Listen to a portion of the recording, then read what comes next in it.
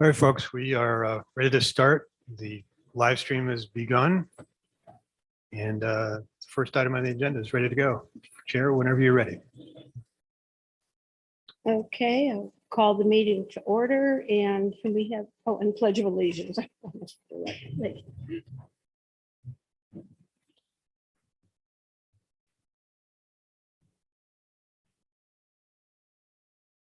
Allegiance to the flag of the United States of America, and to the republic for which it stands, one nation, under God, indivisible, with liberty and justice for all.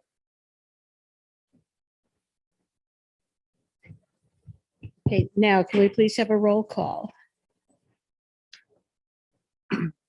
Chair Maggie Bird, I'm here. Vice Chair Adriana Vandergraaf, Matthew Johnston, Present. Shane Warburton, Present. Buzz Patterson has been excused, James Flickinger, I'm here. Gerald Abramson, Here. John Corno, Here. Steve Weiss has been excused, and Steve Tannehill. Here. And we have a quorum. Thank you. Okay. Can we have approval of the May minutes or any questions or answers on that? Chair Bird, I did have one amendment to the minutes to make, and that was that Steve Weiss was indicated as not excused, but he had called ahead. We just failed to put that into the minutes prior to them being released. So with that change, you could vote there. I see. Okay, that looks to me like everything's good. Anybody want to make a motion? Thank you. Second? I'll second. Okay. Okay, and all in favor? Aye. Okay. All right, any nays or abstentions? Again, Chair, we're mandated by our On this? I didn't write it, but. Okay, let's have a roll call vote. Chair Maggie Bird, Approved. Vice Chair Adriana Vandergraaf, Matthew Johnston, Approve. Shane Warburton, Approve. James Flickinger, Gerald Abramson, Aye. John Cornell, Steve Tannehill. Yes. The motion passes unanimously. Thank you. Okay. Public comment period. Airport-related comments will be limited to a maximum of 3 minutes per item. The public comment period is reserved for issues not on the agenda. And do we have any cards or emails for that? So I can skip reading all this. The chair, it's not bad to read it out, but Okay. at the present time, nobody has joined us on Zoom, and we do not have anybody registered to speak in the live meeting room. Okay, then let's go on. There's no new business. And how about old business? Okay, Keith, you want to, thank you. Madam Chair and Aviation Advisory Commission members, this was a carryover from last month's May meeting. The committee voted to carry over the item A, old business, which is review of the fiscal year 2023-24 proposed budget for the Department of Airports. So I won't go through all of the detail, but I think a few slides are probably the most pertinent, and then we can go through any specific questions that committee members, commission members may have. So if we could start with slide 19, Dave. 19 first, and then we'll come back to that one.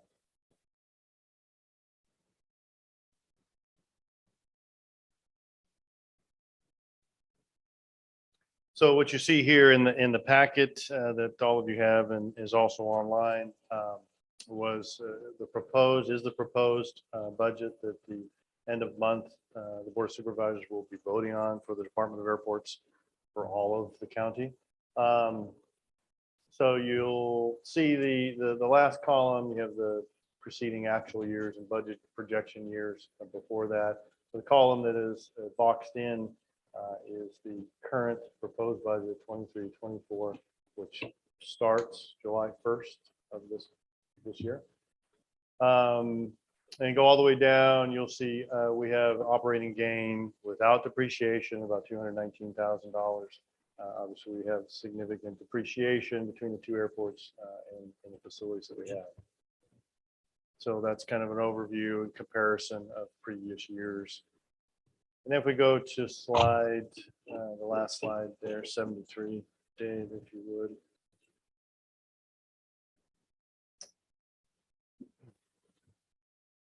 This is important to note, and you've heard me talk about this before. Our annual budget between the two airports is about $9 million, with about 36, between 36 and 38 employees. But the cash reserves, the reserves that we have currently are in the neighborhood of $18, $19 million, which is pretty good for somebody that has a budget of $9 million a year. And these are the reserves that we use for larger capital projects that we've done previously and we see on the horizon. So again, maintain those reserves. You see in 26, 27, you see a pretty significant decrease. That's when we're expecting to start the reconstruction and overlay of the main runways and taxiway, here at Camarillo. So you see almost a $4 million non-eligible. That's our share of the grant that we would expect to start. So that's kind of just a high level. We touched on that at the last meeting, but happy to open it up if there's any specific questions. I don't know if there's members of the public that have questions, any of that. So to you, back to you, Chair. Okay, we have. Okay, well, I'll read the recommendation. Staff requests that commission and authorities review and comment on the Department of Airports proposed fiscal year 23-24 budget for Camarillo and Oxnard airports and Camarillo Roads and Lighting Enterprise Fund as attached, and recommend approval of the Board of Supervisors. So anybody have any comments, questions? Nothing? Okay. I have a couple of comments, questions. Director Freitas, is PFAS, we've spent some money identifying PFAS. Is there, what's the outlook for next year budget-wise with respect to PFAS? Do we have any remediation responsibilities? That's a great question and a complicated answer. So I'll do my best to simplify it. So to date, in the last, I want to say about five or so years, we've done a lot of testing analysis to the tune of about $500,000 at Oxnard Airport, associated with the firefighting foam that we have out there. We are expecting to do continuing testing at this point. The hard answer of when we get into remediation is that the state and feds have yet to set the national parameters and the state parameters for allowable levels. So at this point, we're just kind of monitoring and documenting, and there is not a remediation side of that just yet. We expect that. And the nice part is there's a lot of federal discussion and talks because that foam is mandated by the FAA for aircraft rescue and firefighting. We're expecting airports that have had to use it by their mandate are expecting that we might see some reimbursement. Hasn't happened yet, but we're expecting. So at this point, short answer is we're expecting to do additional testing and analysis. That's kind of what we've had, but there is no plan as yet dictated by federal or state levels for the remediation side. So looking forward, excuse me, this budget year, there's really nothing in the budget testing or remediation wise. We're kind of done with testing, waiting to see. We don't know yet. Yeah. That's the hard part for, Yeah. we're expecting that we're going to have to do something. We just don't know what that scope of that is yet. The EPA did, I believe they call it an endangerment finding with respect to PFAS and puts out some new proposed regs. We haven't talked about this offline, so I apologize to kind of bring it up cold like this. but, Probably an agenda item, but sure, yes, I'm just wondering if that's being looked at and if that has an impact on us. for sure. Yeah. Yeah, but again, that initial proposal is kind of all part of this. So Mhm. those federal and state guidelines haven't been, and mandates and or regulations, standards, whatever you want to call them, haven't been established. Preliminary, they've put out some public noticing on preliminary findings and determination regulations, but nothing's been defined yet. And then I have just one. I want Go to, ahead. anyone else speak up, but quick question then on Oxnard Airport. And I'm looking at, it looks like it's page 64 of my packet where the Oxnard Airport summary is. But I'm sure you know the numbers. It's showing that Oxnard Airport is budgeted to lose $1.6 million. And if you pull out depreciation to try to get a picture of the cash impact, looks like about 800,000 cash. Where does the cash come from that Oxnard needs to operate next year? Right, so the airports that we've talked about this before, the airports are a system. Ventura County is an airport system, so we've got not only the business park here at Camarillo, but Camarillo's aviation component and then Oxnard. So the system as a whole generates significant amounts of revenue in excess to fund, Oxnard, which is a smaller operation and sometimes, many times needs additional revenues to fill that gap. So basically, that 800,000 comes from Camarillo revenues. Between the business park and the operating income from the airport side. Thank you. Yeah. Okay, thank you very much. Is there any other? I have a quick question. Thank you. Last month, we discussed the rents were not going to be increased for the next fiscal year, but it looks like the revenue for rents are down a little bit, about 123,000 or so. Is that as a result of, is it inventory, or I would expect that the revenue would be the same from last year? It didn't change cost wise, or is that just a reporting? Yeah, I don't know if we have anything that's specifically on the revenue side. Is it just Camarillo, which maybe That we was the had one a page to look at it. I was looking at 36, at least in mine. Dave, is that something you might be able to pull up? Page 36.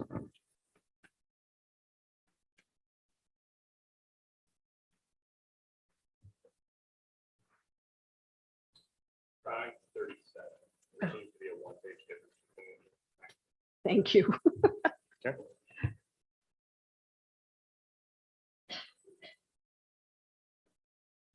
Mhm. That's the one I was looking at, yep. I didn't know if it was budget versus actuals.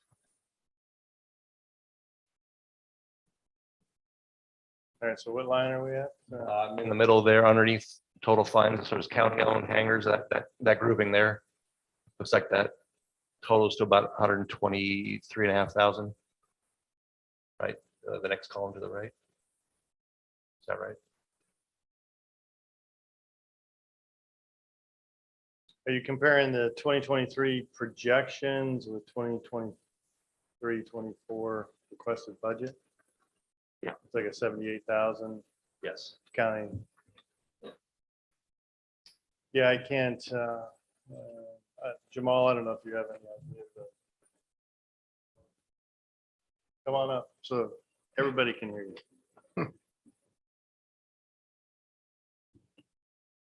I think one of the, if it's hangar revenue, we took hangars offline that are just of no use and would take a lot of money to repair them and get them back.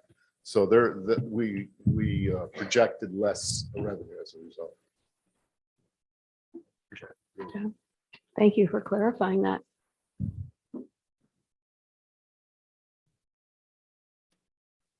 Okay. Anything else? Any other questions? I just want to pay a quick compliment. I see the proposal to not have fees associated with unleaded fuel to try to encourage the use of unleaded fuel. I think that's great to see, and I applaud that. Yeah, I mean, we had talked about it in the past, as you know, this is a new fuel, non-leaded that's coming online. Obviously, the transition, a little bit higher costs as it comes in transition. We're trying to do everything we can to encourage and promote that at the two airports. Again, kudos to Golden West at Oxnard is the first of our airports, the two airport system to offer that. We expect additional other FBOs are talking about bringing that online. Again, at this point, it's the Swift version. There is GAMI fuel that is right behind that, just working through the production side of that. And Commission Member Johnston is working with that in his flight school at Oxnard and other places they operate. So great to see. That's encouraging. Thank you. Okay, if there's nothing else, do we need to vote on this, or is this a receive and file? We were looking for a vote. Again, I don't know if there's Okay. any comment online, but we look for a vote of support or. Madam Chair, should we ask for public comment as well? Have we done that yet? Yes. And Chair, we don't have anybody who's connected through Zoom at the present time. Okay, I'll entertain a motion and Can we get a second? Roll call? okay, all in favor? Should I do a roll A or? roll Oh, call. oh, sorry. Chair Maggie Bird, Yes. Vice Chair Adriana Vandergraff. Matthew Johnston, Yes. Shane Warburton, Yes. James Flickinger. Gerald Abramson, Yes. John Corno, Yes. and Steve Tannehill. Yes. The motion passes unanimously. Thank you, everyone. Okay, are there any commission comments? Madam Chair, I'd like to make a motion. And I'd like to make a motion that we have a bylaw study session at ideally our next meeting. I think we have new commissioners who I think would benefit from it. And we still, I think, have challenges knowing what it says and how we are to operate within it. So I'd like to make that motion that we have a workshop on the bylaws at our July meeting. Okay, do I have any comments on that? Or any seconds? I'll second that. Okay. I just want to add that the bylaws, and I can't tell you how many years ago, but it's not a long time ago that they were rewritten. And it was a long process. I think Adriana was part of it, right?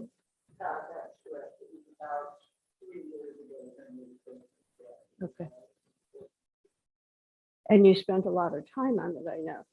Yeah, there was a committee of 3, as I remember, that went over the bylaws completely and rewrote them and updated them at that time. Looking at the current board, I think 1, 2, 3, 4, 5 of us have been brought on since that time. So, you know, most of us have not had that. And in my own opinion, I mean, there's lots of ways to do it. It doesn't have to be long and exhaustive. It can be just an hour-long workshop to walk through the bylaws, what they say and what it means. They're not that long, but it can be as deep as we need it to be. Can I ask if the intention of, scope is their concern, or is it simply from an educational standpoint? Simply education. I do think we stumble sometimes in following it. I don't think that's intentional or purposeful. I just think, that happens. And so to make sure that we're all doing it the way we're supposed to do it, it's just strictly educational. As some of you know, I, in a prior lifetime, was on a school board. And we always, after every election, we had a new trustee workshop where the new board members were brought up to speed, had a chance to ask questions, looked at good governance practices and that kind of thing. And that's how I see it, purely educational. My personal opinion on this is if you have any questions, we'd certainly welcome the opportunity to clarify. But to go through the whole thing in the course of the meeting is going to be kind of rough. So it wouldn't be a problem if you wanted to question, excuse me, some of the things that are in there that don't make sense to you since you haven't been on the commission for a long time and you're not familiar with all the aviation practices. So bring in your questions. I think that'd be the best way to do it. Any other comments?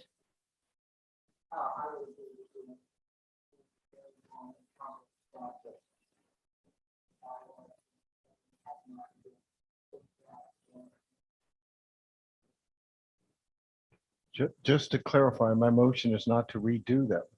My motion is simply that we have a workshop on what they say and what's expected of us in accordance with the bylaws.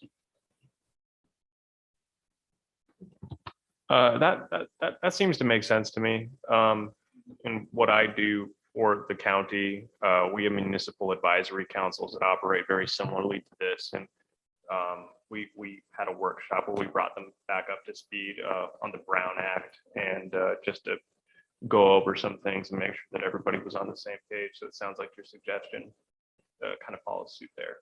100%. Okay, well, there's a motion on the floor. Shall I take a roll call for that? Yes, thank you. Shane, you seconded it, correct? That's correct. Chair Maggie Bird, No, Vice Chair Adriana Vandergriff. Matthew Johnston, Yes, I can support it with that limited scope. Shane Warburton, Yes. James Flickinger, Yes. Gerald Abramson, Yes. John Cornell, Yes. and Steve Tannehill. Yes. The motion passes 6-2. okay, thank you. Okay, any other commission comments? Yep. Okay, I guess we can adjourn then. Does anybody want to make a motion, please? Nobody wants to go home? Make a motion that we adjourn. I'll move to adjourn. Matthew Johnson, you'll second? Or Gerald? I don't know who's, I made a motion. yeah, who seconded it? I'll second it then. Okay, Oh, there, good. Thank you. thank you. Okay, all in favor? I'll do roll call. I'm sorry. I'm still in the wrong meeting. Chair Maggie Bird, Yes, Vice Chair Adriana Vandergriff. Yes. Matthew Johnston, Yes. Shane Warburton, Yes. James Flickinger, Gerald Abramson, Yes. John Cornell, Yes. and Steve Tannehill. Oh, yes, sorry. The meeting